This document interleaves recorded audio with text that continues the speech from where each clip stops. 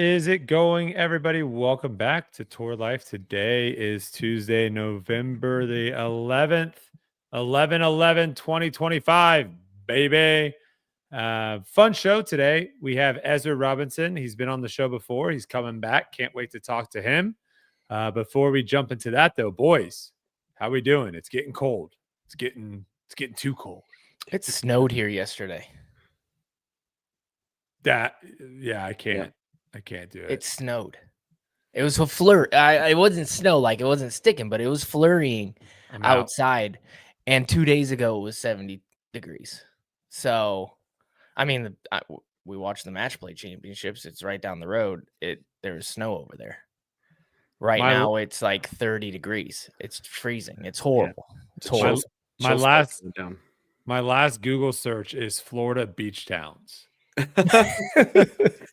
I think we're planning on I don't know if we'll do it this year, but at some point I think we're going to plan on fly into Miami and then just drive north and go through all the different towns and cities right there all the way up probably to like Flagler. I don't need to go that much farther because obviously I grew up in Ponte Vedra. But yeah, I think that'd be a sick trip just to bounce in, see all the different towns and get a feel for where we want to move to. It's going to be Florida, though. Oh, yeah. What? Yeah. Yeah. All right. I think we'll probably do like 6 months, probably somewhere international too at some point. I have a feeling that's going to happen. Wow. But that would be more, we would still have our Florida house and we would just be basically, I don't know if it'd be all in one spot, but maybe do like a half-year travel in Europe type of thing. Right. Spend a couple weeks here, a couple weeks there type of thing. So, but that's down the road. That's not tomorrow. Gary, how was your week? It was a fantastic time down in Virginia, but we did come home to the crazy cold spike. I went out and played around today anyway. It was, I want to say 25-mile-an-hour winds. It was feels like 20 degrees. Oh my gosh. That's awful. Yeah, my brother-in-law came over to the house and we had the kiddos here, so he was like, "Hey man, I brought my golf clubs. Let's go to the country club." I was like, "All right." We go out there and he's like, "This is my favorite golfing weather." And I'm freezing like, cold. He's like, "I love the cold, man. I love the not cold." being able to feel my and hands. he's just having a blast, and I'm like sitting there like, "Man, this is brutal, man. This is so cold." We've just played 9 holes, but it was like not bearable for me. My feet were cold. It was terrible. It was fun though. It was fun to get some time.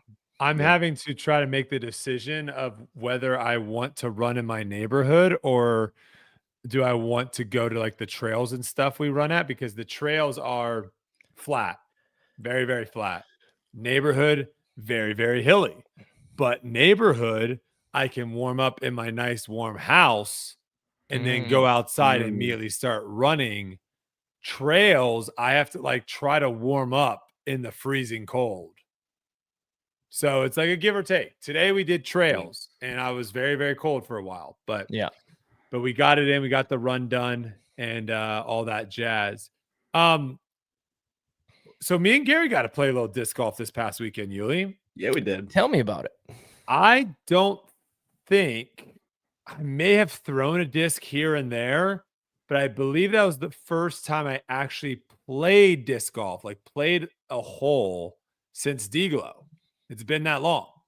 So I was planning on going up to Lynchburg, Virginia. For those that don't know, we play every year. We hold a Heiser Club Championship. And if you wonder what the heck is a Heiser Club, well, head over to Foundation Disc Golf. Check out the Patreon. It's a group. Patreon basically is like a paywall subscription that you pay on a monthly basis. They get a bunch of behind the scenes footage. They kind of build a community with one another. Gary, am I missing anything else that Patreon gets? Discounts to the store? Discounts, contests. We do. There's an extra weekly podcast that goes out called the Mailbag where you can send in questions. And it's a lot of fun. We build a really cool community over there. So there's all different tier levels based off of the stuff that you get. But basically, if you sign up, I believe for the yield, there it is, Heiser Club.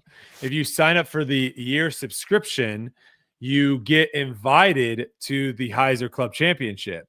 This is a tournament that we run with all of our Heiser Club members. The first year we did it, I want to say there was like 13 people. I want to say maybe 12, something like that showed up. We play several different rounds, and it's pretty fun. You kind of bounce around where you'll play some like doubles, and then you'll do like a rip revenge and mess around. Dalen was the winner this year. You end up getting this sweet jacket. Look at this jacket, Yuli, that you win. You actually get to keep the jacket. That trophy, you don't get to keep the trophy. It's a trophy that kind of passes along. You get your name written. So there's a stand that trophy comes on. So you can pull it off, and it's just the glass trophy. But then the stand, each year you get your name written on it, and then you get your own individualized trophy. This year was our third year doing it. I want to say we were pushing like 37 people. Yeah. Something like that. So the numbers are getting up there. That was the whole crew that showed up. It was an absolute blast. So much fun. We do like a tour of the warehouse. We do a tour of the studio.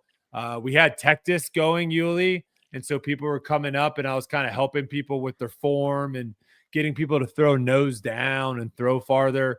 It's just an overall really, really awesome weekend, and one that I really look forward to. And I wasn't actually planning on playing this year because of my back. It wasn't until Friday when there was like an odd number. And so one of the guys didn't have a partner.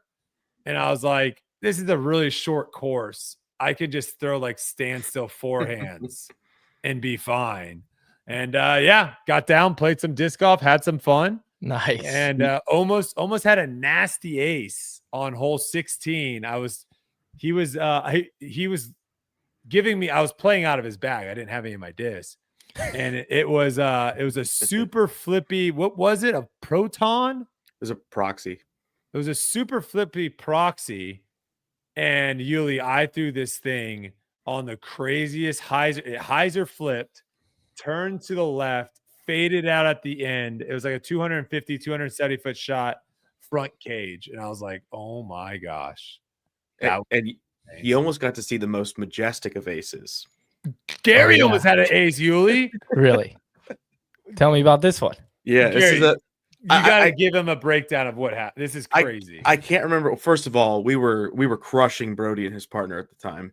Okay, that's a little offensive to my partner. A little offensive to my partner. I'm just kidding. I think we were up by one.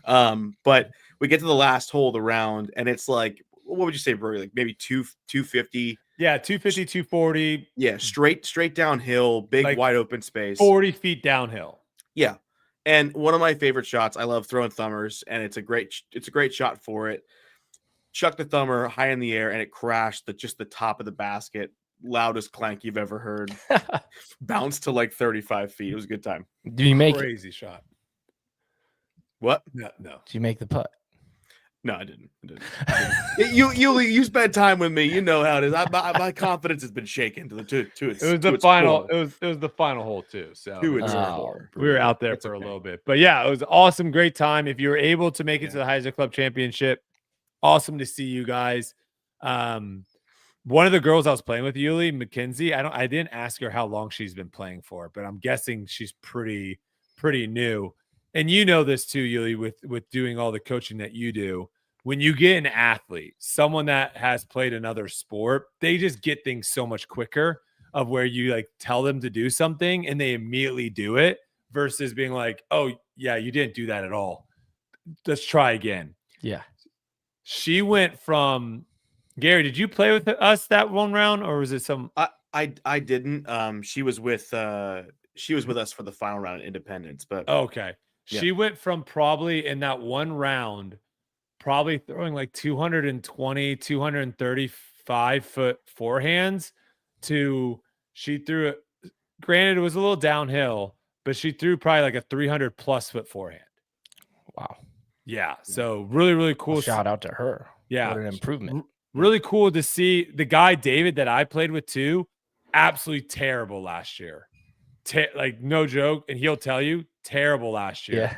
He put in a crazy amount of work this offseason. Yeah. Well, I say offseason. He put in a lot of work getting ready for this. He won the long drive distance contest. Really? He How was throwing far? it smooth. He was throwing it smooth. I mean, probably like it was a hole that was downhill, but what do you think, Gary? Probably like upper 400s? Easily. And Wow. he's not like a really tall, lanky guy. Like, just No, he crushes. good, solid form. Yeah. So if you're Yeah. interested, go over, check out the Patreon. Always a good time. It's just fun when you're with a group of people that all love playing disc golf and hanging out and talking, and it's just a really freaking good time. Yeah. Also, Brody, bags Yes. in shambles. Bags in shambles. Wait, what's in shambles? My bag is in shambles after that word challenge. So I got some. The what challenge? I let people ban molds out of my bag. Oh, yes. Yeah. So Gary was doing this thing of like, you have to try to answer this question. If you answer correctly, you can ban a disc out of his bag. Was I right? No, you weren't right, but three people were. And I don't know what it was if they all worked together, but man, they went after three of the really most important molds in my bag. So I don't get to touch them until 2026 now. So that's great. Oh, it's a man. good time. Oh, geez. Anything else from you guys this past week? No, same old for me, man. Just at the house, dadding. I gym every night. That's good. You I'm back jam? in the gym. Oh, Jim. So that's a little How's he lifestyle. doing? I think I told you about it last week. It was bad. It's getting better. It takes a little bit of time. Something that I thought, or something that was very fascinating, because one of the guys that went on Tech Disc, he was like asking me how to throw farther, and he had really good form. Looking at his numbers, everything looked good. I told him, form wise, I wouldn't change anything. If you want to throw farther, you have to start lifting. Yeah. Like that's what you have to start doing. You have to start getting stronger, more explosive.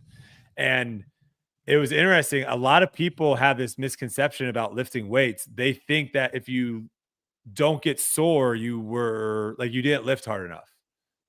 And that's like a big misconception. You actually don't want to necessarily be sore after you lift.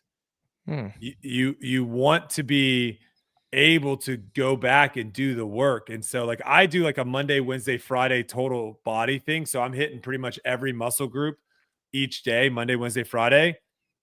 I'm not sore after I lift. So just something to think about if you go out there and like you do a big leg day and the next day you can't walk. That's not necessarily a good thing. That's not a benefit. No, I get sore. It's not that I can't go back and do it though. Yeah, but if you're getting sore to the point of where you can't actually like physically do certain things. Have you seen the shape of what I've got myself into? Are you a monster right now? I am, well, a monster. Can you dunk? No, not a monster as far as that goes. I'm a monster as far as like I don't recognize myself. Oh, snap. No, and not in a good way. Oh, you're Brody 6 months, 7 months ago. Yes. And so not getting sore is a really difficult thing. If I get off the couch, I feel like I'm kind of sore. I can't. I'm not going to be able to avoid that until a couple weeks, and then it'll be sure. My thing is just like the same thing with running. If you want to start running, you wouldn't basically go out there and start putting in 50 miles a week. You would probably run and then walk, do like a 10 minutes of run walk and slowly build up to it. So that way you feel good. All right. Well, let's not keep him waiting anymore with me over here freaking blabbing around about running and stuff. Let's bring him in here. The man of the hour, the first ever match play champion. Ezra Robinson joins us once again. Ezra, congratulations, brother. Thank you so much. I appreciate it. Thanks for having me on. How's it feel to be the first one ever to win this thing? It feels great. Yeah, I didn't know exactly what to expect going into it, and I saw the matches I had lined up. So I knew I was gonna have to play the best of my game to have a shot at the win. So it all worked out. So thankfully. So one thing we see happen quite often on the Disc Golf Pro Tours, they like to throw things out there, see if they work, see if they like them. And then they immediately are like, yeah, that didn't work. That's never happening again. There is a chance that you're the first and only match play champion. There is a chance that this doesn't come back next year and you're the only one to ever hold this crown. Does that make it a little bit more special? Yeah, it does. It's also kind of bittersweet. I really enjoyed the match play format. I had never played match play because they used to have it a couple years ago for the Tour Championship, right? Or yes. something like that. If you go back to it, I think there was I don't know if it was a straight up match play. I think it might have been a pool thing of where like one person made it out of a pool. You beat your card. Yeah, it was like but similar to where you're playing against the people, not everyone in the tournament. Yeah, I never played that before, except for like a local bag tag final or something. But so I loved being able to play. I think I said this in the interview with Brian, but having Gannon on your card, but not worried that he's going to beat you is the best feeling in the world. So I loved the format, and I hope they do it again. So bittersweet, but yeah. Do you think there's a potential of them just putting it all in one event? So instead of doing what they did this year, where they kind of spread out these like preliminary matches, if they just said, "Hey, we're just going to go all in. We're going to have one event. We're also not going to have it at the end of the year when kind of like disc golf is kind of already on the way out. Let's put it just in a random weekend to get people excited." Do you think that could be feasible after seeing what you saw this weekend? I think so. Yeah, especially with looking at the tour schedule, we have a lot more break weeks, it seems like. So we could definitely fit it in this next season. I think it's something that people would like to watch. And it doesn't take a ton of time either. Like a match can be over, in 10 holes, 12 holes, whatever. Or you can have the closed, playoffs and, go into extra time as well. So it really varies on the time it takes to play a match and the excitement. Either way, it's really, really cool, I think. So you ended up beating Chris Dickerson in the finals. Yes, sir. Yeah. Chris Dickerson wasn't even supposed to be in the event.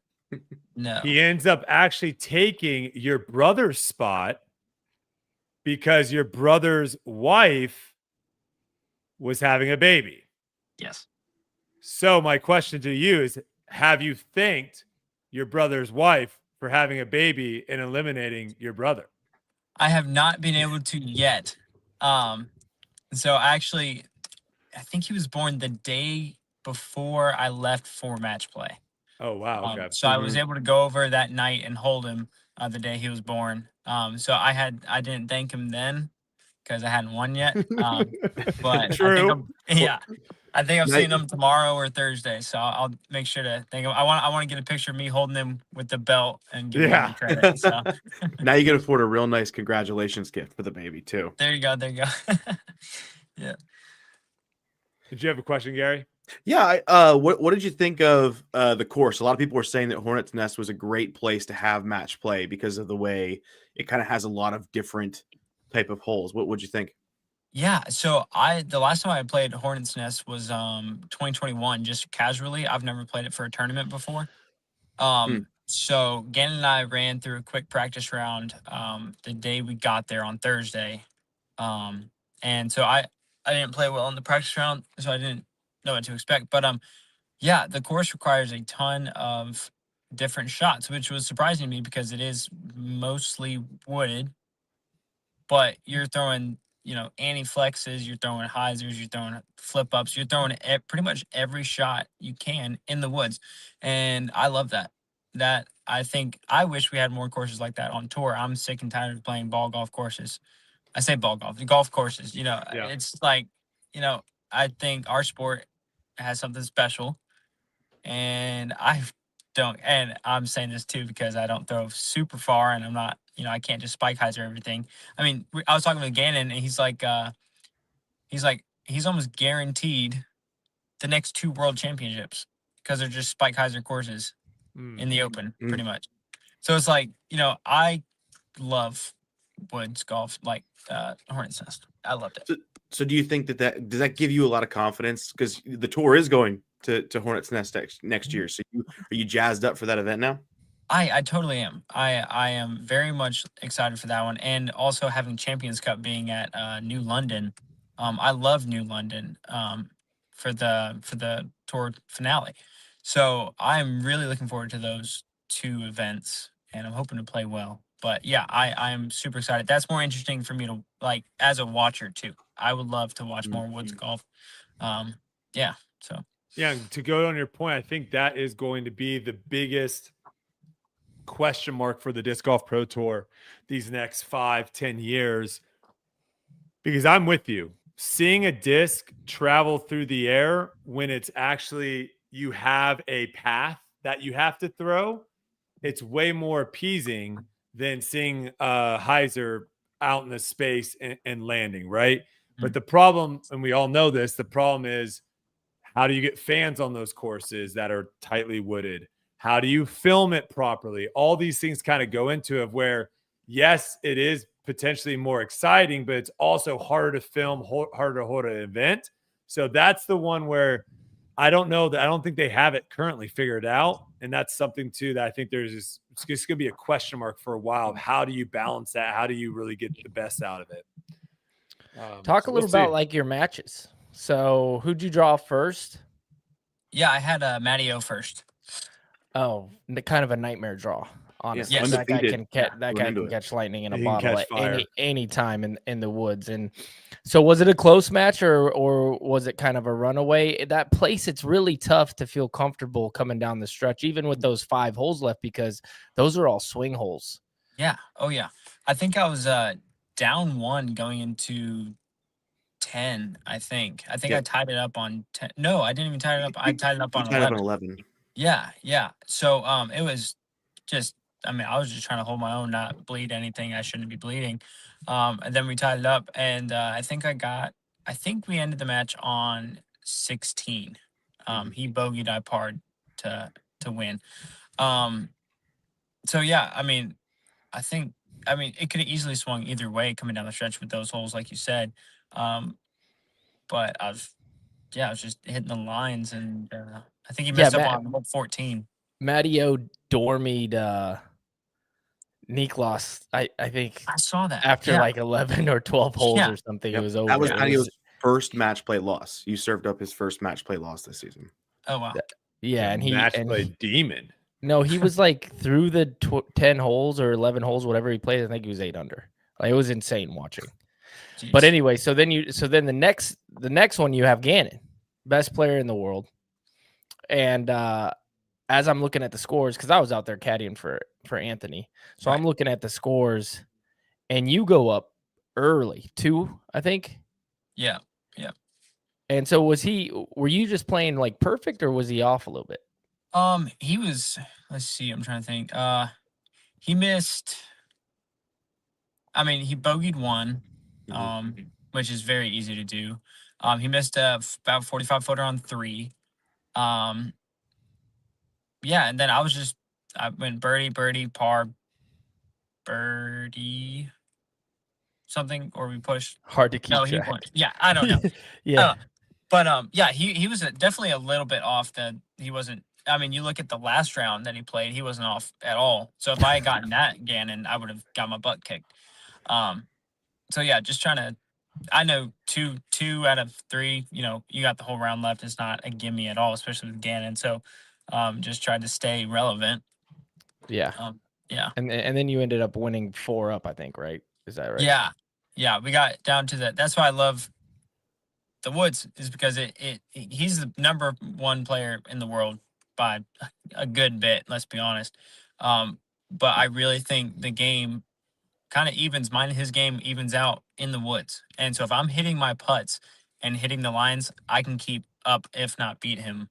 Because also he's super lanky. And I feel like it's way more easy for me to control shots being smaller, shorter, A little more and not as compact. long-lived. Yeah. Yeah, Well, the gap's a same little bit size, bigger. Just so you know, I want you to know Yeah. that they just don't change sizes. No, just okay. So you get past him, and then here's the thing with Dickerson. He's playing with house money, right? Mm-hmm. And if you looked at the scores, I thought this was fascinating. Going into the last round, he was dead last in score. I saw that. So he makes it to the finals. Oh, like which just if he was playing like a tournament. Yeah, so he's dead last in score, Interesting. and he's in the finals, which I think is one of the coolest things about match play is you don't have to be playing perfect golf. You just have to be birdieing or parring the right holes. Like against Anthony, he only birdied 3 holes, but every hole that Anthony would bogey, he would just par.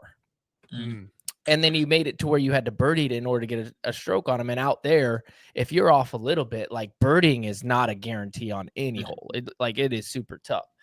Yeah. So he kept it pretty close with you down the stretch. I mean, I think you were up like a 3 at one point, but then he brought it back down to 2. Gary, if you want to go into like the stretch where he makes possibly the putt of the year, I think we actually have this clip.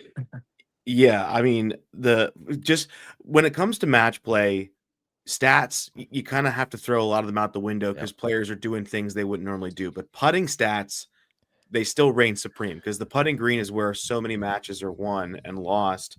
And your putting was absolutely phenomenal. I don't know. Did you bring spicy wings with you to eat before the round? People want to know. Oh no, I will never have spicy wings ever again. But you kind of get down to I think it's hole 7, and Mike has the clip for it to what people are calling the putt of the year. So Mike, if you got that. No way. Robinson throwing his 3rd at the par 4. Oh my gosh! No way, Ezra.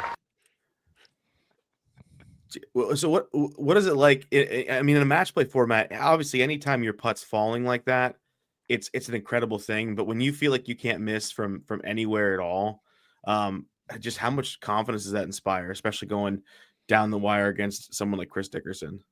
Oh, so much. I mean, starting of day 2, like my putt started falling really well, and I didn't know what I was doing different than I was doing the last couple weeks on tour. I don't know. Didn't practice any more than I normally do. It was just feeling good, and so I just didn't try to overthink it or change anything.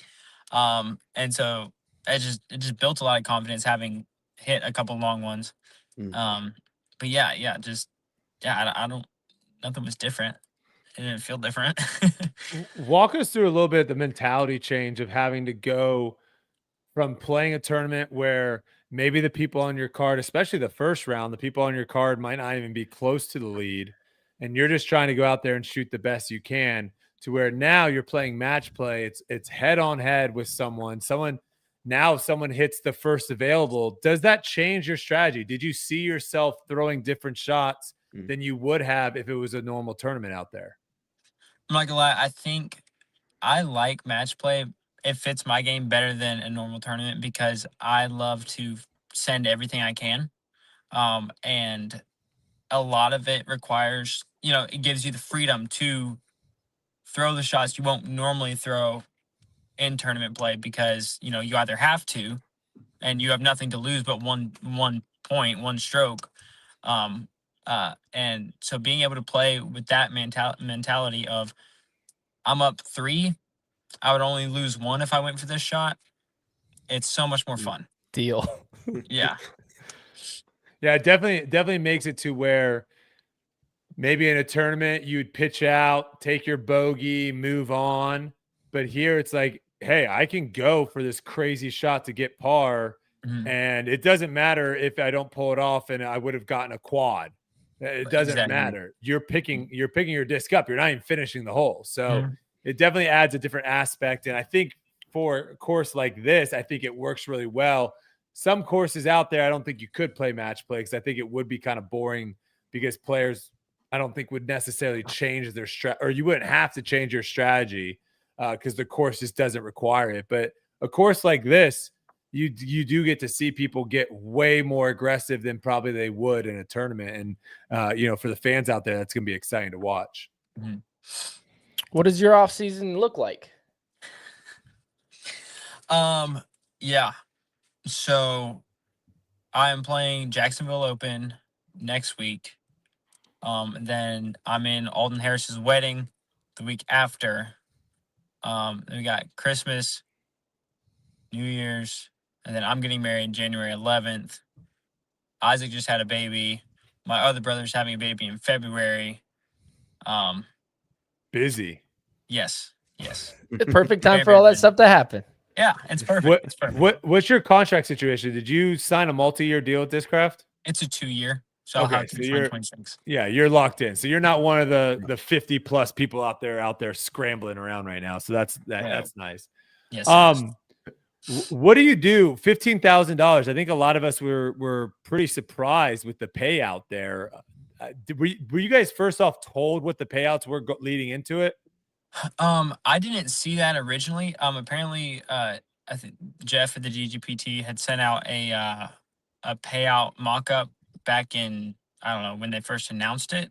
Okay. On the match play. And then the week of, it actually changed, but I didn't see the original, so I didn't know it changed. But it was still 15 for first, and then it was like 7 for second, and then 4 and 3 for fourth and third. So it dropped significantly. And then I think there was some pushback on that. And then they changed it Saturday back up to what it is now. So, Gotcha. Interesting. So yeah, I mean, $15K, pretty big payday to end out the season. Curious if you want to, like, what happens with that when you all of a sudden just have an influx of $15,000? Are you a big spender? Are you going to go out to a nice fancy dinner? Are you going to buy a new pair of shoes? Like, what does that look like? I'm gonna put it majority into savings. And I want to be able to afford a house by the end of next off season. So nice. that's the goal. I did buy a gun. I did do that. Nice. But yeah, mainly just saving and getting, whatever we need to get ready for the next season. That's awesome. Yeah, hopefully you put it in the market when it had that little nice dip here the last couple of days. So we did have Edwin's stats. He did pull up some statistics now that your entire 2025 season is over. He pulled up some stats kind of comparing your 2025 season to your 2024 season. And we have eight of like the important statistics. Those are your birdie rate, your fairway percentage, your circle 1 green in regulation, circle 2 green in regulation, your OB rate, scramble, C1X putting, and C2 putting. Of those 8, you actually went up in 6 of the 8. The other ones you did decrease, like C1X, you went down 2%, so pretty much nothing. And then the OB rate, which OB rate's a tough one because I think a lot of times the OB rate's very dependent on the courses we play because we play different courses and conditions. To where it's like sometimes you could play a course and like just everyone's throwing OB. So I don't really look at that one too much. But the big ones that I'm seeing here is your circle 2 putting. Your circle 2 putting went up 12 points. You're 12% higher to 5th in the world for circle 2. So was there anything that you can attribute that improvement to?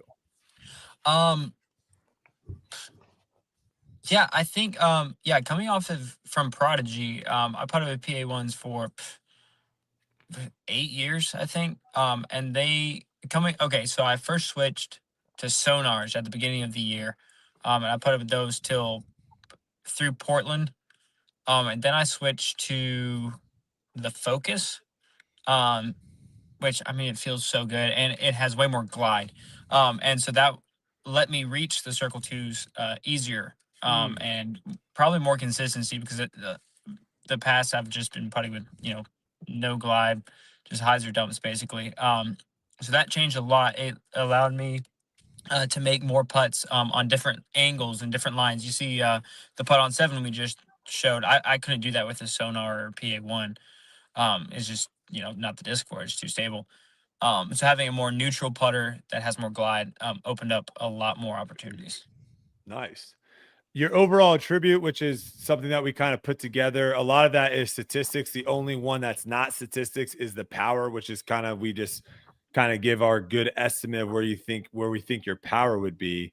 Your overall ends at 92, which puts you at 8th puts you at 7th on our list for that, which almost is perfectly in line with your Disc Golf Pro Tour rank at number 8. Any thoughts on that? And are there any attributes there that you see? We got scoring at 92, power at 95, accuracy 91, scramble 88, and putting at 90. Are there any things that you see there that you're like, okay, these are some of the things I'm going to be working on this off season? Yeah, I think learning how to scramble better. I felt like I took a lot of stupid bogeys this year, or worse. So learning to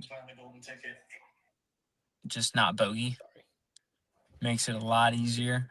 So I think that I'll be working on that, and that comes with working on awkward shots, forehand approaches, all the works on all those shots. So I would love to see that go up next year. We might have a little insider information here from our guy Ricardo. He says 2 years ago you had to leave a skins match because you weren't 21 and the course was on a brewery. The rules were you got to be old enough to drink. Is that a real thing? Did you get kicked off of a skins match because you weren't 21? I think they were talking about it, but that was I think that was Highland Brewery in Asheville. I might have that wrong, but they definitely talked about it. But I think they still let me play. Oh, okay. Yeah. Okay. Yeah. There was about. rumors flying around, but you were still able to. Okay. And then last thing I want to bring up from these statistics here is the bottom right. Edwin put together your finishes. So it's a graph that shows your finishes from every tournament over the course of the year.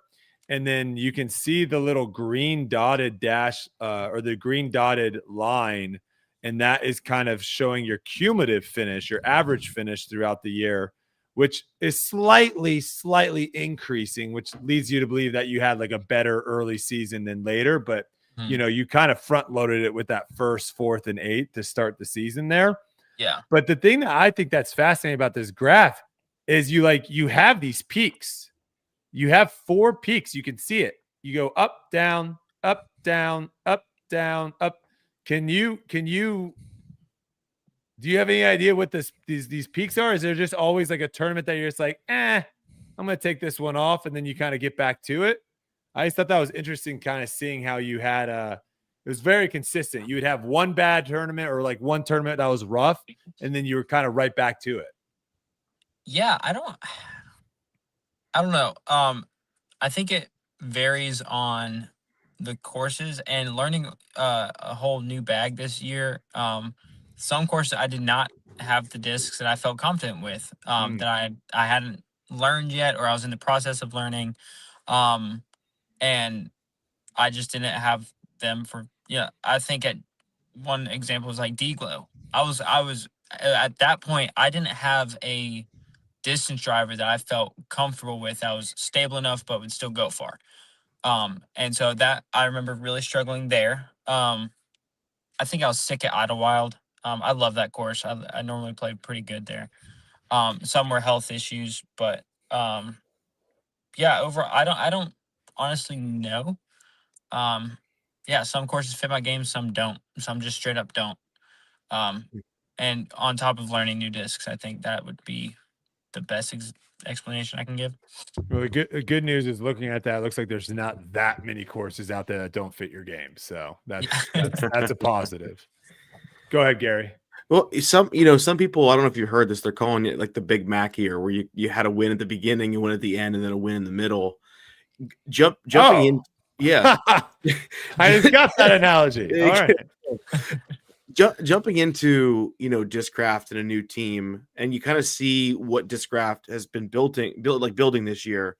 Does that add pressure to you to perform, or do you think having a team like that, and maybe Yuli can plug his ears, he's the captain, does that inspire confidence when you know that you've got like this big company behind you with lots and lots of talent on it? Yeah, I would honestly say the same thing I would say in a round. You play better when you play with better people, in a way. So if you're on lead card and everybody's, killing it, you tend to flow off of that as well. And having such a great team, full of everybody who's, made their claim already, had so many fantastic wins. Having Paul, Ricky, AB, Adam, all these people on the team, it just makes you feel like you're already one of Great them. captain. And a fantastic captain, the best the world has ever Yeah, seen. Missy's great. Missy's Yeah, and so it's like, you kind of makes you feel like you belong and you're already one of them, even if you Mhm. haven't gotten a win. But definitely starting out the season, I was like, oh my gosh, like I feel like they took a risk on me. I've never won anything. I sure hope I can do something for them. I hope make their money back or something. I don't know. So what does that do for you going into next year? Because like obviously, most people, they have their first win. That might be the only thing for that season.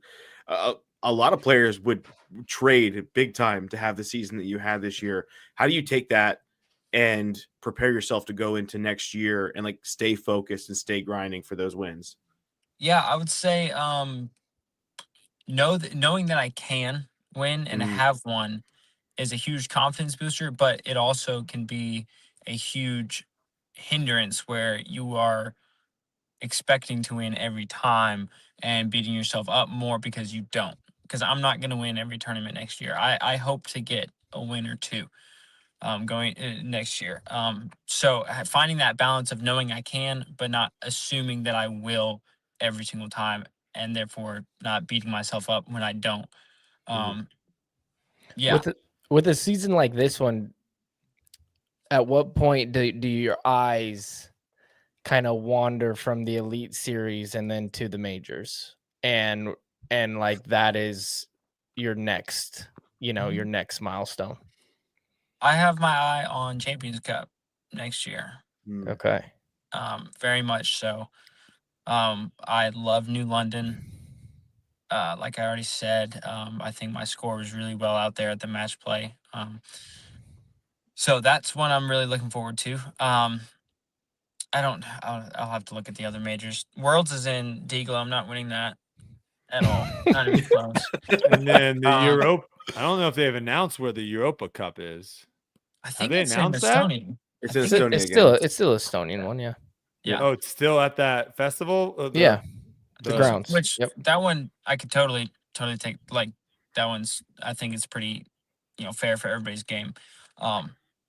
So yeah, but I definitely, yeah, and I'm even looking like Ledgestone. I love Ledgestone. I know that's an elite. I think it's elite plus, but it's still like that's a big one to get. Yeah, so I'm definitely. I honestly, I would just love. I mean, you look at Gannon's seasons, and I think his worst finish was 13th. I would love to have a season where my worst finish is 13th. So really just bringing up like you were talking about those spikes, so just like leveling everything down to like a top 10 finishes or something. That would be Giving yourself a fantastic. lot of chances, yeah. A Yeah, lot of being chances. in the mix more. Yep. Yep. And the way that disc golf is too, with just the limited cameras, the limited coverage, the more you're in the mix, I mean, it's it really is like if you're outside the top 10, like no one's really talking about you, no one's even watching you. No. And that is a little bit of a difference from maybe some of the other individual sports out there. Do you guys have any other disc golf questions? Because I have like kind of some like non-disc golf questions a little bit. No, I'm good. I had one. I know people are talking about the tour down under. You going down under again this year? I won't be able to make it this year. I'm hoping for 2027 though. Gotcha. I always find it interesting to like hear about the dynamic. You're about to get, into marriage. What is that dynamic with your future wife? Is she like an all on board disc golf person where you guys are going to be playing disc golf together and she wants to go to the tournaments with you, and on the honeymoon you guys are going somewhere to go play disc golf? Is that the relationship, or is it more separate? Yeah, no, she loves to play. Her dad, I actually started playing with her dad before I even met her. And planting the seeds early. Yeah, Nice. yeah. No, and he's one of Alden Harris's dad's best friends. So everybody's connected somehow. It's actually Isaac's wife's cousin. So Okay. we're on the border of Alabama. We're still in Georgia though, but we're getting close. Yeah. No. Big family reunions. Yeah. And then Alden's marrying her best friend. So it's all in there. Oh man. Okay. Yes. So yeah, no, but she loves to play. She's she'll say that she's not good, but like we'll go out and play. I'll play left-handed sometimes and we'll compete. But no, it's funny because her dad and Bethany's, Isaac's wife's dad, they grew up, they toured in a gospel band all around the country. So she grew up on a bus touring around the country with her dad and family. So she's very excited for the tour life again. She's really been missing it. So she's so stoked to go to every tournament and see all the sights and all of that. So that's awesome. Very cool. Yeah. Well, congratulations on that. Hoping for the best with I mean, you got all sorts of family stuff going on. It sounds like. Do we have any pet peeves? I know I feel like you gave us a couple last time you were on the show, but are there any new pet peeves you got for the people? They want to hear them. Yeah. Let's see.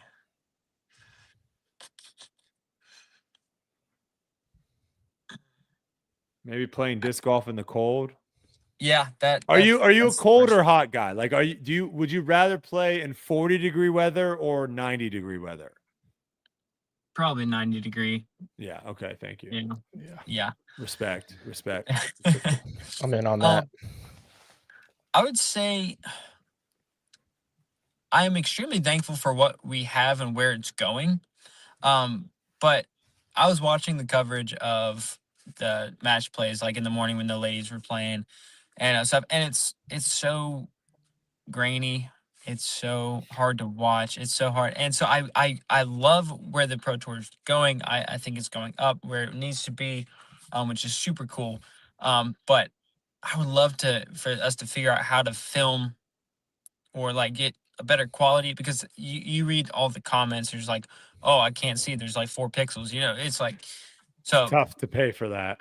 Exactly. We had that issue on this podcast for a very long time. Thankfully, this was a podcast though. People could listen to it. But yeah, that seems like life or something. Seems slightly important. Yeah. So something like that. And another pet peeve of mine is a lot of people, and I know this is gonna backfire me, but they call me, because of Isaac, they just call me Peaches, and I hate that.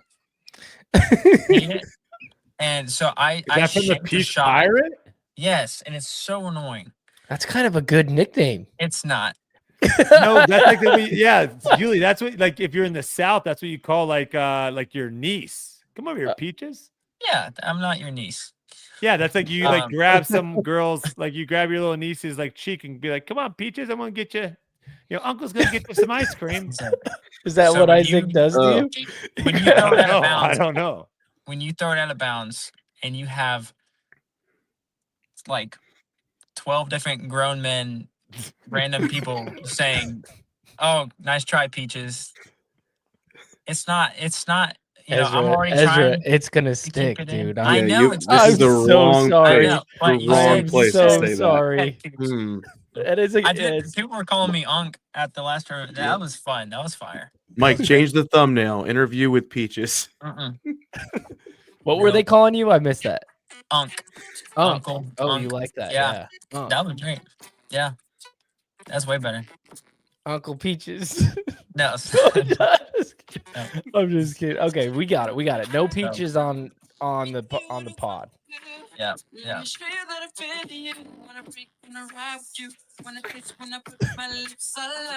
This might be your new theme song. Yeah. I guess it is now. No, it's got to be the Peaches from the Mario movie. That's Yeah.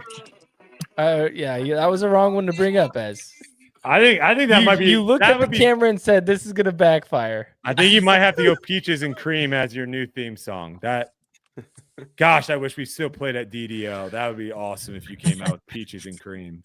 Okay, that's another. Can I do a pet peeve, but also like a wish that we should bring back? We should bring back tee off songs, 100%. Maybe not every tournament. No, sure. I'd say every tournament.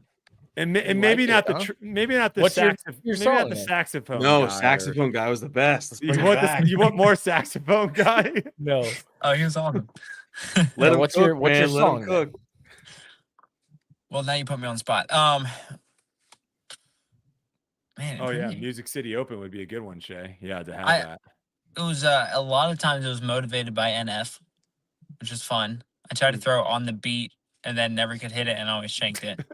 So, but yeah, I would have to look into that and find a good one. But I love the tee off songs. I love hearing whatever people's choices are. Yeah, it was a nice little fun thing at DDO. I actually enjoyed that too Yeah, a me lot. too. Me too. Yuli, you got the question? He answered it last time. I think Gary, and he Oh, yeah, answered your Gary, you question. got your Gary, question. He That's answered your right. question. We know it's New London. Yeah, I was gonna say he answered my question, which is what event are you looking forward the most to taking down next year? So Yeah, Champions Cup, right? Yeah. James Cup. You got to do better than what we did in Imposter. I did watch some of that. I want 1 year. I don't know how we can do it, but I want 1 year to do Imposter with like everyone from the Pro Tour, because That I would be think fun. that would be very, because like right now it is very fun, but realistically anyone could be the imposter because everyone is basically so inconsistent that it's impossible to be like, you did that on purpose. So I think it would be interesting if all of a sudden you had a bunch of really good people, because then if someone messed up, they could still just do it. We see pros mess up all the time, but people would be yelling at each other all the time. I think it would be very interesting. So we'll definitely send you an invite to that if you are interested. I am down. But we'll give you this time now. We appreciate you always jumping on. Any shout outs, any sponsors, anything? Tell the people where they can follow you this off season. Yeah. I mean, Discraft #1, Vessi, Disc Raptor, Squatch, Backstage Organics, Foundation. I love filming with them. They're so much fun. I think that's all for the main ones, unless I'm forgetting. Just my family. Yeah. All my friends. It's great to catch up with a lot of people coming back home. I know it's hard for my family, for Isaac and I both to be gone. So catching up is fantastic. Yeah, follow me on Instagram, Ezra Robinson 02, I think, something like that. And then just all the discs on the Discraft website and Team Discraft, and that's it. And I appreciate you guys for having me on. So that's awesome. Always, man. Have a great Absolutely. time. Safe travels if you are making your way back home, and congratulations to you and the future wife. Wish the best for you guys. Absolutely. Awesome. Thank you All right, guys so brother. much. Appreciate it. Have a wonderful night, All man. Take it Sounds easy. good. There you have it. The first and maybe only 2025 Match Play Championships. What do you guys think? What do you think the future of the Match Play Championship is? After this weekend, where do we think it's going? Got to fix the format. Oh, what's wrong with the format?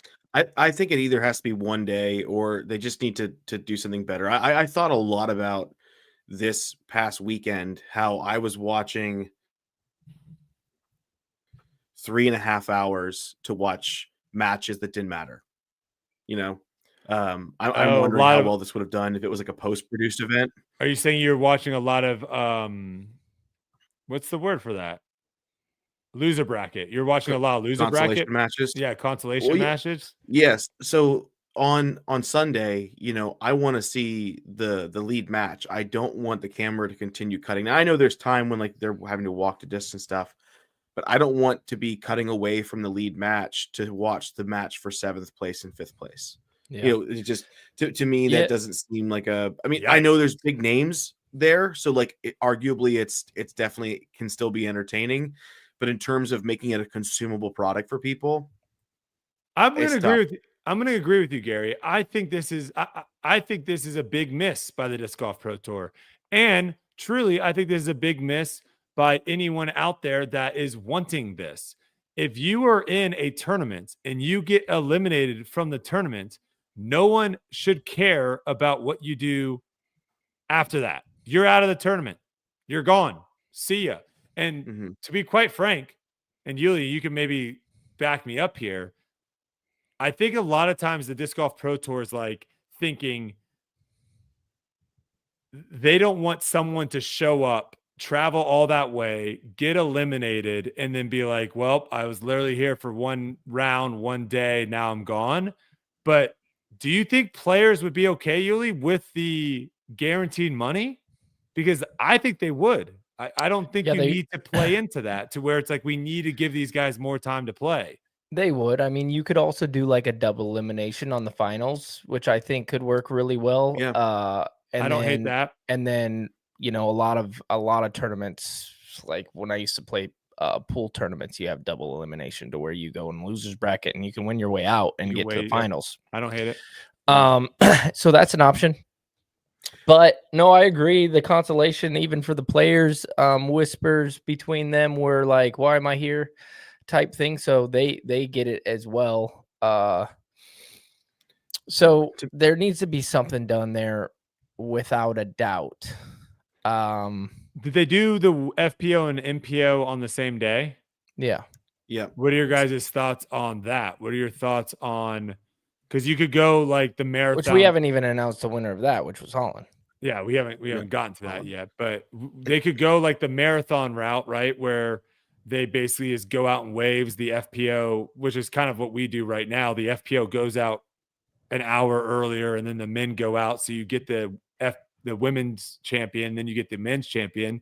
Or you could go like the way that tennis does it, where the finals for women's is on Saturday all by itself, and the finals for men's is on Sunday all by itself. What are your guys' thoughts on those?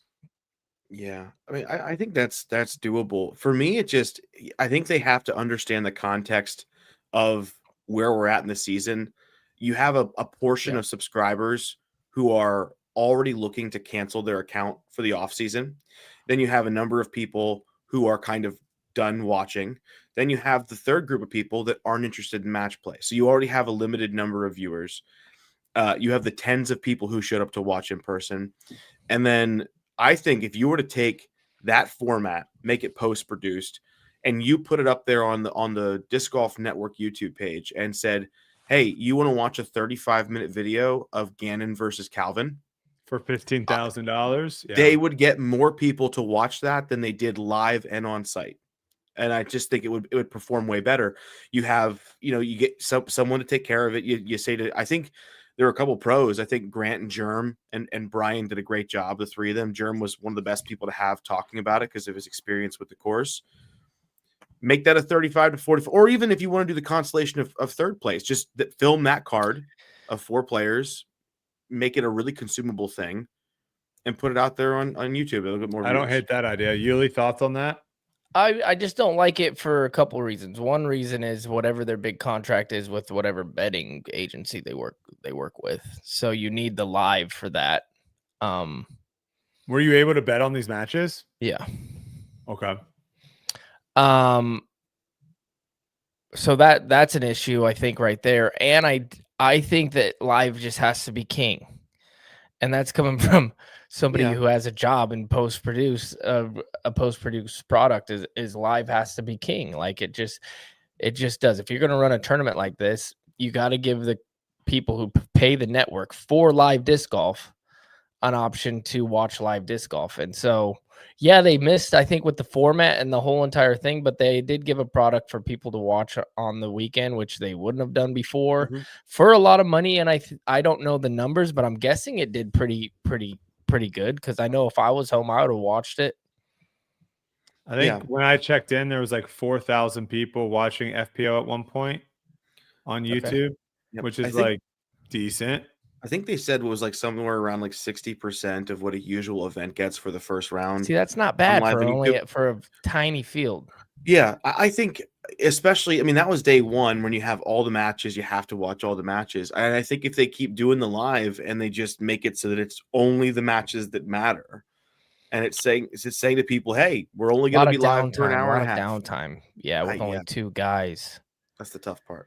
See, but first, second, third, and fourth, that's a consumable product right there. Yes. You know, because you're gold and silver or the gold and bronze. Yeah, like that, because that does matter. I'm not like that can be its own thing. I completely agree. Get rid of the other guys, but I also think the double elimination bodes well, more golf for everybody. It gives more excitement for somebody who, like Gannon, gets eliminated, not really eliminated. You know what I mean? There's more storylines. I don't know.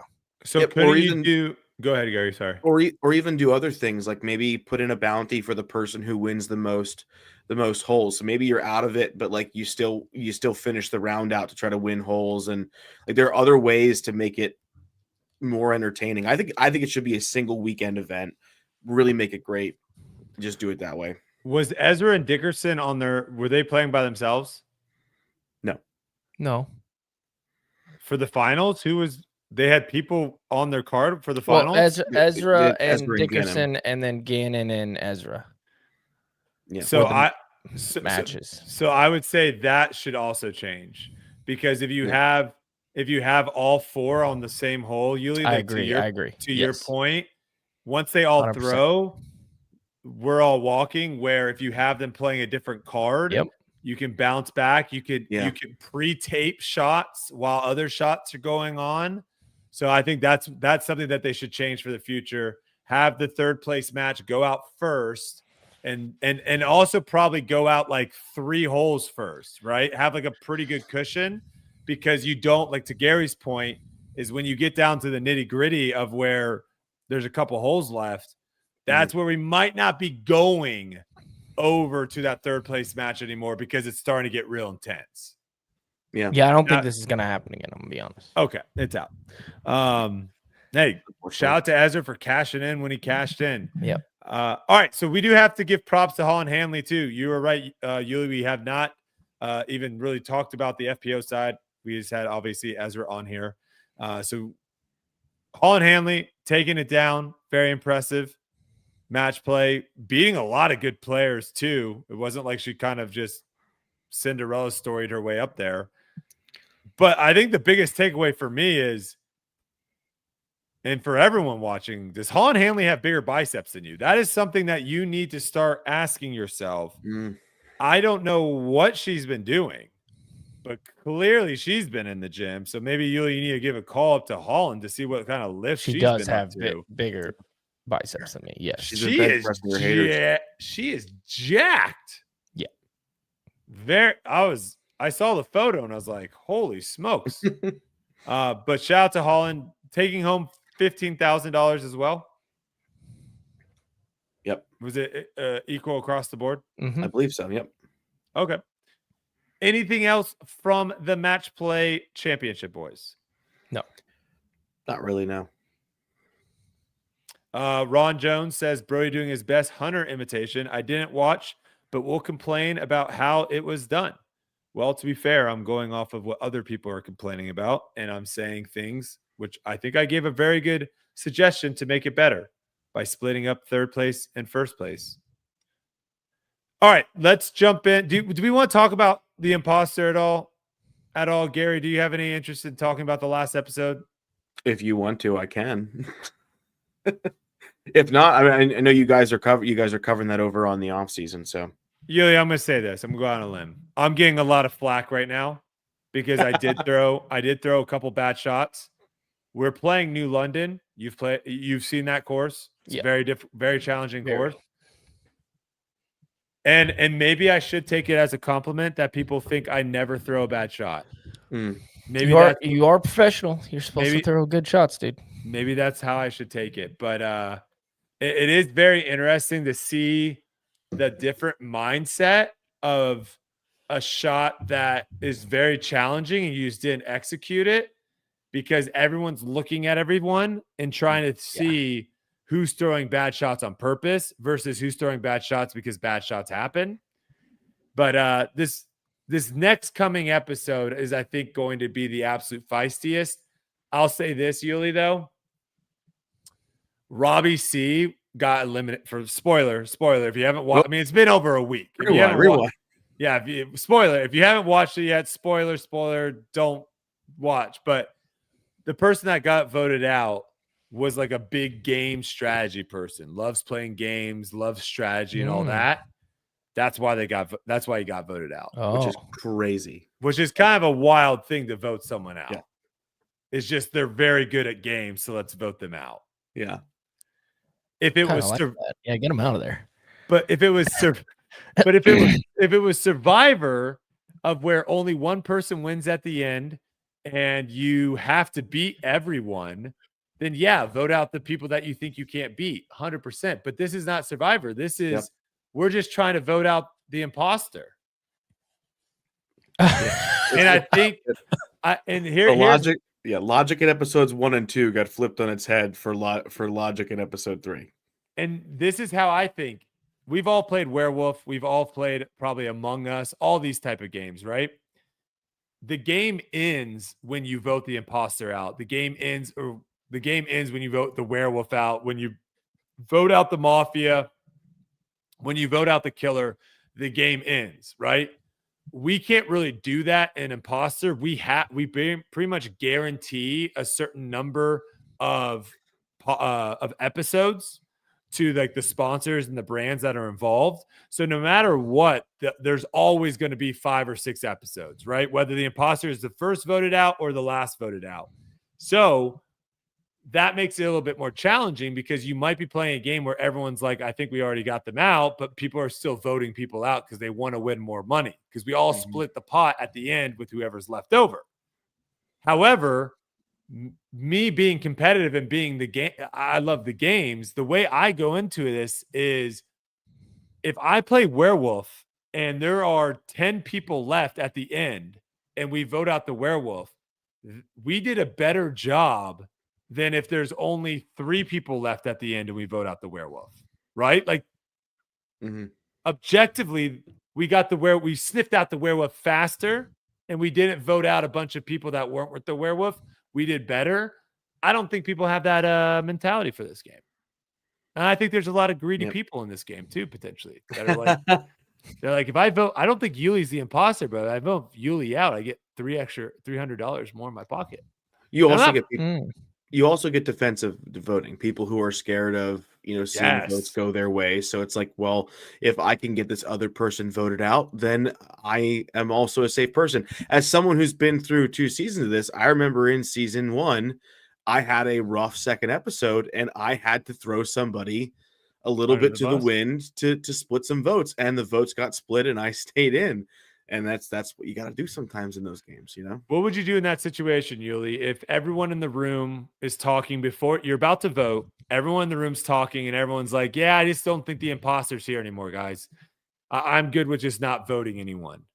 Let's just keep going. I think the imposter's gone. No, I find an imposter. You're voting someone? Because if no one votes, but one person votes, that person's out. You're not trusting everyone? I'm voting someone out of there. Okay. You got to get someone gone. Fair enough. Next episode does drop this Thursday, guys. And I might strain the vocal cords a little bit on this one. I know some people are asking where Loud Brody is. Loud Brody might get unleashed a little bit in this next one. So stay tuned for that. All right. Let's jump into listener questions. Unless there was, Gary, you're we got a little game, right?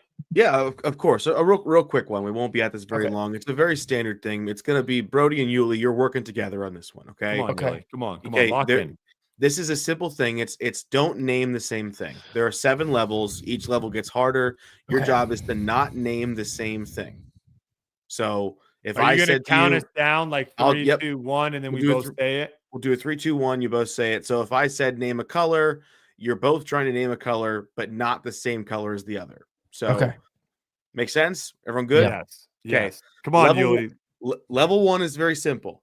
Name an MPO player. Here we go. 3, 2, 1, go. Gavin Brody. Babcock. Okay, Good. there we go. Level 2, level 2, we're restricting it a little bit. Level 2 is name an FPO player. 3, 2, 1, go. Heidi.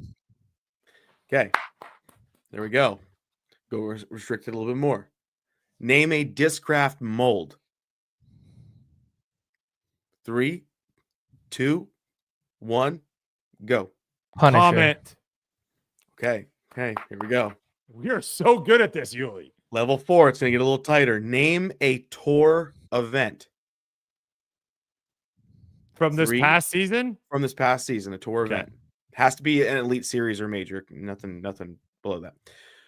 3, 2, 1, go. World Waco. championship. Ooh, the W's there. Oh, it got me a little nervous. It was close. Okay. You This went is with where- the world championship. I wanted to do something very, Jeez. very straightforward because I knew you were gonna go crazy. Okay. All All right. right. We have 3 levels left to survive. It gets a little restrictive here. Name a non-discraft manufacturer. 3, 2, 1, go. Castoplast. I almost said Castoplast, and I'm like, he's gonna say it. I know it. I know he's gonna say Castoplast, and I went Gateway. Wow. Yes. Okay. Level 6. How many levels? There's 7 levels. Oh, geez, we're almost there. Level 6. Name a 2025 MPO Pro Tour winner. 3, 2, 1, go. Ezra, McMahon. 8 or hold. I knew you were going Ezra. All right. All right. Mhm. Okay. Last level. You can do it. Name one of the 4 Pro Tour majors played by the MPO in 2025. 3, Okay. 2, 1, go. World championship. Champions Cup. Yes. You did it. You did it. Did it. Well done. Well done. Well done. I kind of went early there, but he got it. He got it. It's okay. We need to bring that back because we Yep. just absolutely dominated that. We'll bring Waco it one back got and me I will make scary. it even harder. We'll bring it back and I'll make it harder because you guys clearly are on the same wavelength with one another. I Well got the chat and me were like locked in on a couple of those. Yeah, you guys were. couple you of guys people were in locked in. chat. Adam says, There we go. name a tour life host. That was gonna be my last. That was gonna be my last one because it only comes down to a couple just to see what you would do. Would you pick Yeah. yourself or pick the other? But That's you know. funny. there we go. All right, we got a couple questions from you guys. Asked you, hit me some questions on Twitter. First one is, did you catch on the FPO coverage of match play this Sunday? The park was running a stand-on leaf blower. It was reported that the Disc Golf Pro Tour paid $12,000 for the park. You would think they wouldn't run a hurricane blower for 3 hours during live coverage. Keep it professional. Gary, I know you watched some coverage. Were you able to pick up on this leaf blower? I feel like in some places you definitely heard some background noise, but you know, I didn't see it as super noticeable. Maybe on the grounds it was. Yuli, did you? I mean, you were there. I Was didn't there notice. a leaf blower going I saw around? workers, yeah, but I didn't. I'm not like, wow, Yeah. turn that down. Yeah, I have a hard time believing that they're not going to have people out there working on the park just because you. Yeah. Lots of leaves. We don't want to lose discs, people.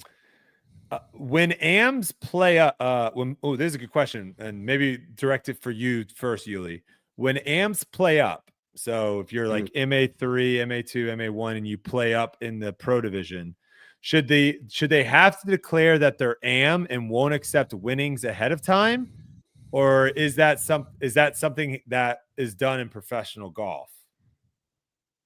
When should they have to make the decision of whether they're going to accept the winnings, before or after, is I think what they're trying to ask. I think it should be before.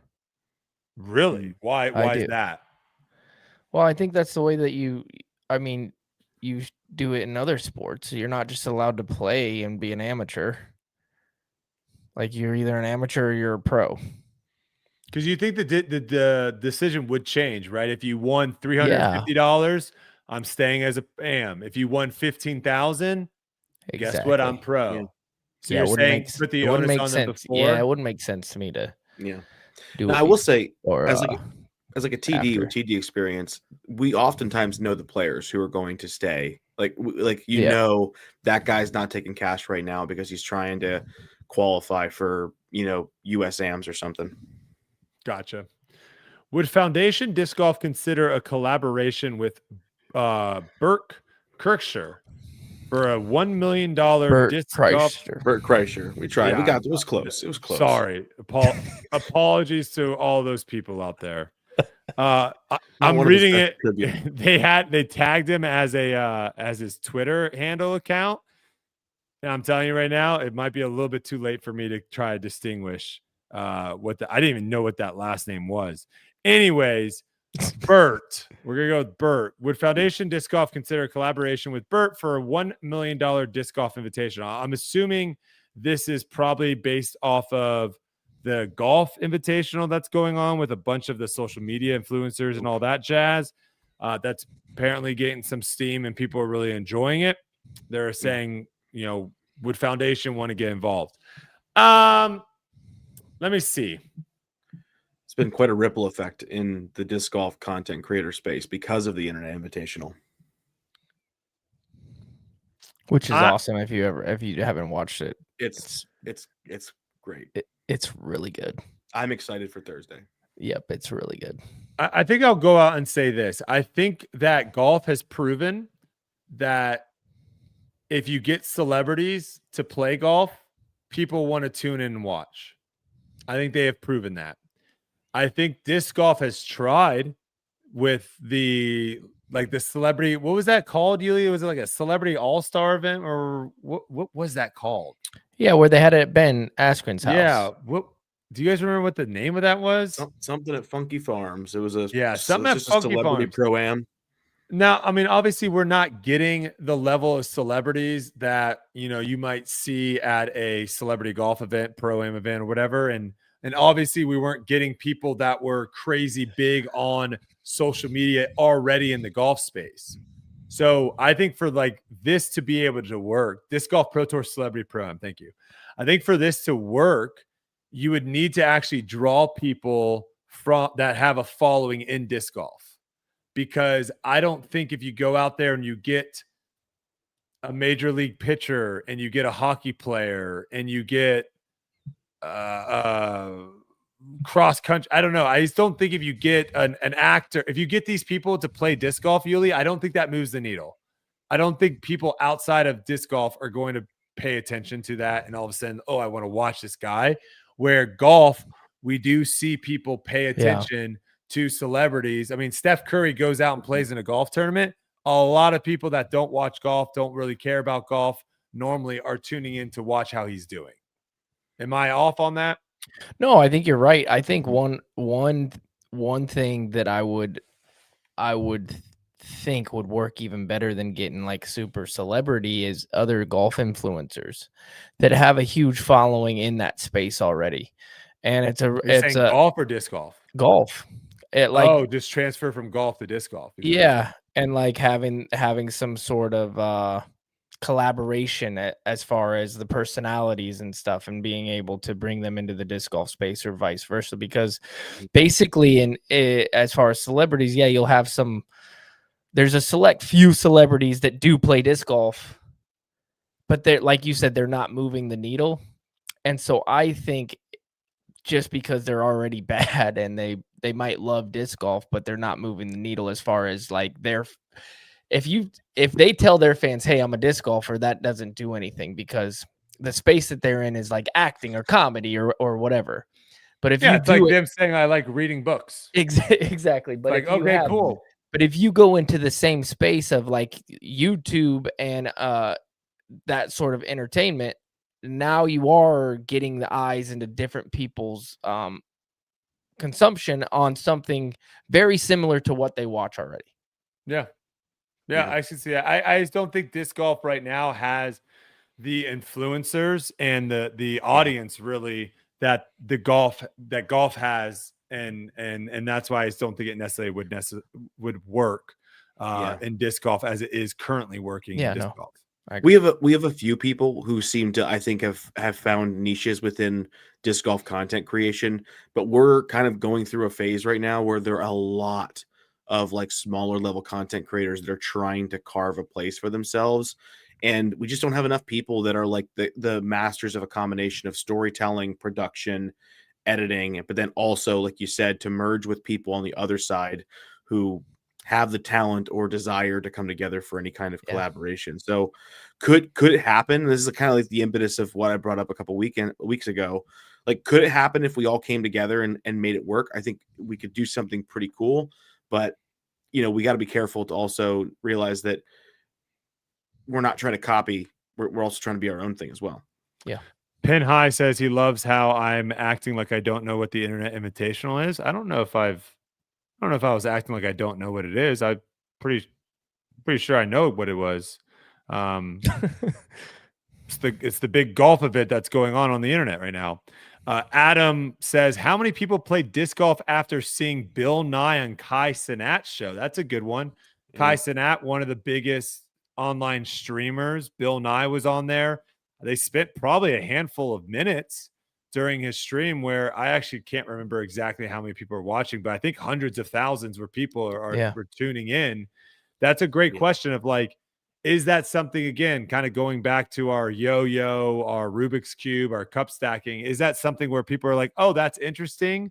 Or is that something where someone sees that and goes, oh, I want to go and learn about disc golf now? I don't really know if it really transfers over that well. Yeah. No, You still need a person. I'm with you. Yeah.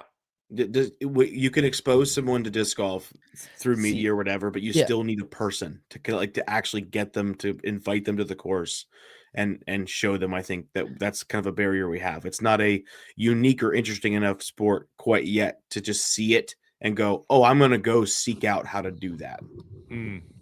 PGA Mike coming in saying, Brody Yulee, from all the guys on tour, who wins an 18-hole golf, 18-hole disc golf tournament? Well, PGA Mike, when is the event? I think that's the most important thing. Because if you're saying right now, I think my answer is different than if you're saying like 6 months from now. So give me a date, and then I can give you an answer. Is it because it's 6 months from now you'll be ready? Is that what you're trying to say? Well, yeah. I mean, I guess I could just give you an answer. I would say right now, I would probably say Luke Humphreys. I would say Drew Gibson. For sure. Drew's pretty decent. You think Drew? I would say 6 months from now, I would pick myself. What about you, Yulee? What you got? I'll be competitive. I'll tell you that much. Yeah. Shoot, my last round I played today, I shot a little 5 over on 9 holes. How you doing? There you go. Couldn't feel the club. I good weather. I mean, man, I'm a wild card. I could play some golf once in a while. Now back to the entertainment spot. Yes. Like if Bob Does Sports came in and said, hey, let's do a little collab, Yulee Brody, it would be very fun and entertaining, and we'd have a blast because it's like, it's not a tournament. Like everybody's like, oh, we'll just do a tournament. That's not what it's about. It's an entertainment. So if I teamed up with like somebody from their crew and he teamed up from somebody from their crew, and then we took them to the disc golf course and had those personalities clash, and then we go to the golf course, now you have actual entertainment, which is good. Yeah. There were a couple times that were close this year where we had some big names in the golf creation space who did some disc golf videos. Like you had Drew do a YouTube video with Melosi. You had Matt Sharf come and do a disc golf video. So it's getting there. I saw that disc golf was on Dude Perfect's wheel or thing for their they're doing a like group battles, and disc golf is a sport on the selection. So nice. Oh, very cool. Yeah. All right. We got, how much training versus rest do you do in the off season? That's different for me every single season, man. It's what do you got going on in life? How burnt out are you from that season? This off season, I'm very motivated. So it's a lot different. Like my whole off season is going to be around spending as much time as I can with my daughter, and also figuring out a way to train, because I was pretty disappointed with my season this year. So I'm taking her out where I'm playing every single day that I can, and then I'm in the gym every single night, and I'm kind of scheduling most things that I do around that. Like I'm not taking time off. I'm not playing a lot of golf like I did last year, or video games at night type thing. So I'm locking down on some things. But in other off season, who knows what next year will be like? It's been pretty much nothing, like taking time off and enjoying myself. But I think that changes year to year, especially for me. Brody, have you ever played Glow? Might be something fun for you to try this offseason. I have not played Glow, and it's freezing cold in the night. So If I it wasn't certainly cold, will. would you do it? If it wasn't cold, would you do it or try it? Now, like if we did a Glow round at Heiser Club, yeah. Okay. Okay. My disc golf right now, Gary, is very much like I have to be playing with the bros. Yeah.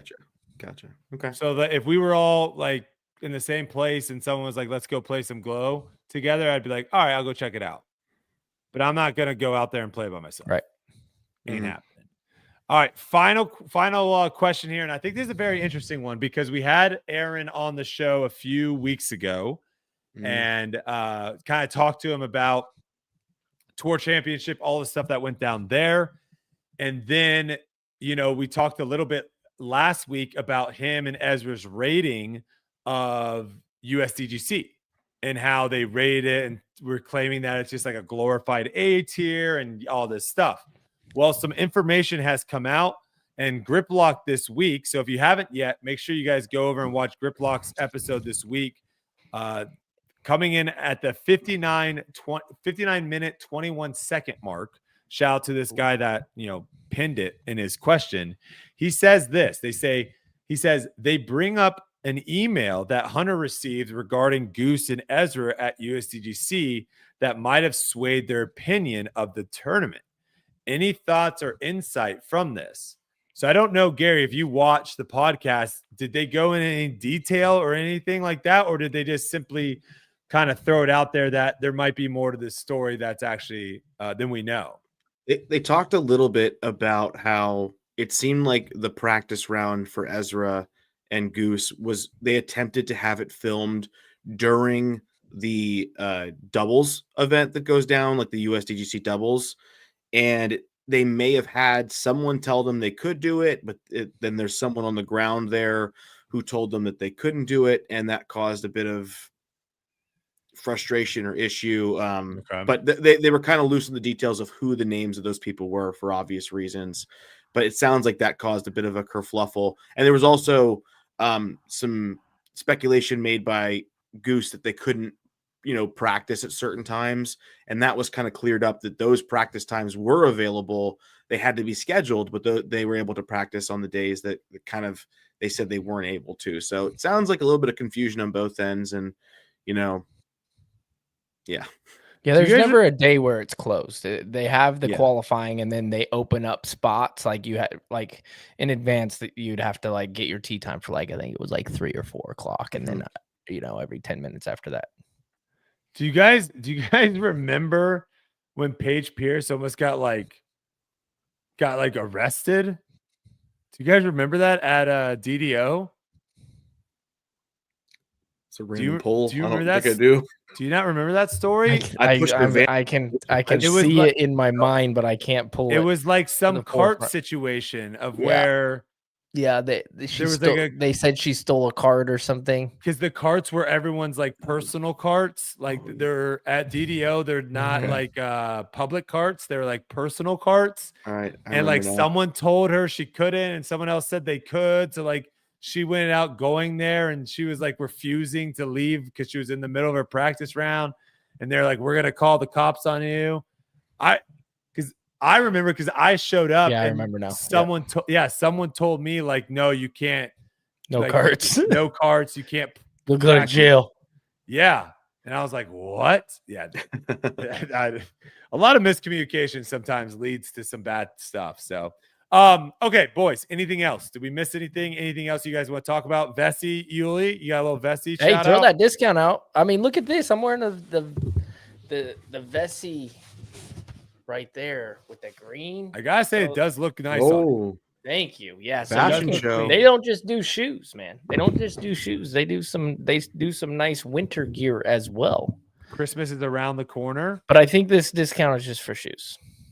Okay, well, but the money you save on shoes, you can go buy something else. Now we're talking. You see what I'm saying? There it is. Gary, you got anything else? No. I think there's a couple topics that were kind of small, but we can save them. It's no big deal. We're good. Oh, right. You got to shout out Discraft. You know what I mean? I got my Luna, what do they call it? Battle Pack? Battle yeah. pack. Yeah. I got that, and I'm Yeah, very good thing it's excited. for sure. I'm very excited to test out this Luna because I remember telling this crowd, I want to say I almost told them the first year they signed me, why don't you put flight rings on the disc? Mm. Because I was saying how my forehand, I have never thrown a forehand in Ultimate and had it slip out of my hand. Yeah. Never. And I was telling him, I was like, hey, sometimes like this disc is like slipping out of my hand. I was like, why don't we put flight rings on it? So the fact that we now have flight rings on a disc, I am very excited. Now, would I like to see it maybe on a different disc other than a Luna? Like as far as like, no one really forehands Lunas. No, really tough disc to forehand. Really tough disc. So like flight rings on a zone, that's very interesting to me. Because I think to me, the flight rings matter a lot more on the forehand than the backhand. For me. But we'll see. Very interested to try it out and see how it goes. Yeah, I'll have a video of it actually dropping on my YouTube channel late this week where Anthony was at my house, so maybe we might get a little Luna challenge on there. Oh, okay. Can't call it a battle because it's not, different YouTube channels. Don't want to ruffle any feathers. Jump in the series there. Mm-hmm. All right. Well, if that's it, thank you guys so much for hopping in tonight. We appreciate you all listening, whether you're live or you're listening post. Thank you guys so much, and we will see you all next week. Later.